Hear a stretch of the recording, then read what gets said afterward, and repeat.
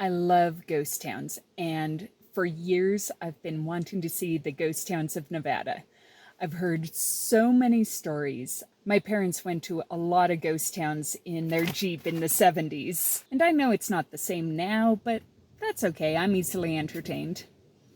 I should probably tell you my definition of...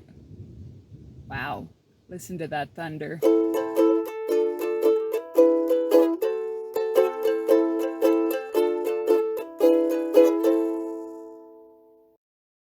Hi, I'm Amber. This summer I am finally making the genealogist pilgrimage to Salt Lake City to the Family Search Library. I will also be visiting some ghost towns, some historical sites, and some natural wonders. On the return trip, I'll be retracing the route that my Underwood great grandparents traveled through Idaho when they moved from England to Oregon. So Paradise Valley is about an hour away, and it's still fairly early in the day. It's early afternoon. So I'm going to go ahead and head there tonight and check it out a little in advance of plans. But first I need to reserve my campsite, so time to set up the tent.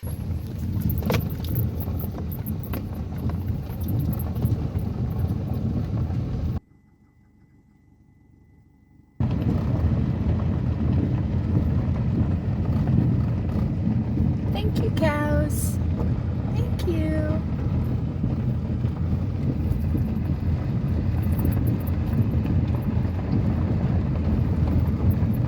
Thank you. I should probably tell you that my definition of a ghost town is pretty broad. For me, a ghost town doesn't have to be completely uninhabited like you see in the movies. It just has to have significantly decreased in population since its heyday. In other words, a ghost of its former self.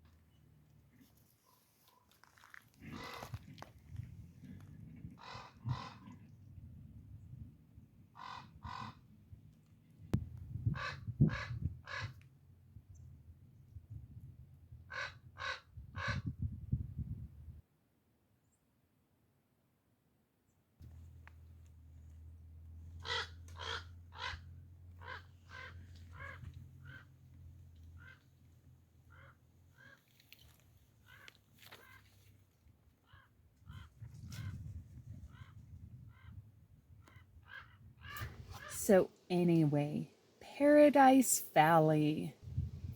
According to what I read, the valley was first discovered by prospectors in either 1863 or 1864. I saw both dates and didn't care to go down the rabbit hole of figuring out which one was right. But according to legend, one of the prospectors took a look at the valley and said, "What a paradise." And that's how the valley got its name. They didn't find any gold here, though. But since it was so nice, one of the men, W.M. Gregg, decided to quit gold mining and start a hay ranch here. After about a year, there were 20 other ranchers, and that's how the town of Paradise Valley was born. Earlier, it was called Paradise City, which makes sense.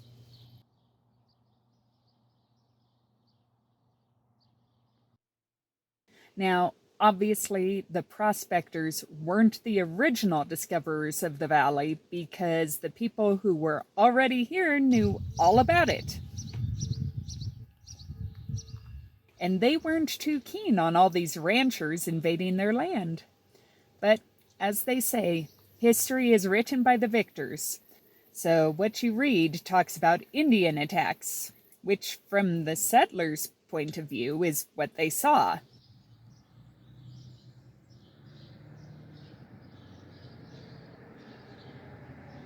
In 1866, Camp Winfield was established nearby to protect the homesteaders.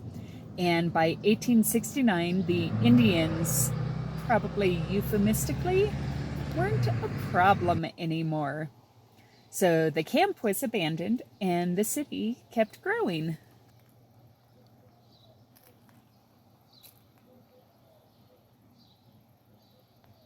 Paradise Valley is what you would call a living ghost town.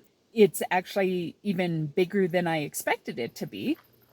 It falls into my definition of a ghost town being a ghost of its former self, but it does still have residents. It actually has about 100 people permanently living in the area.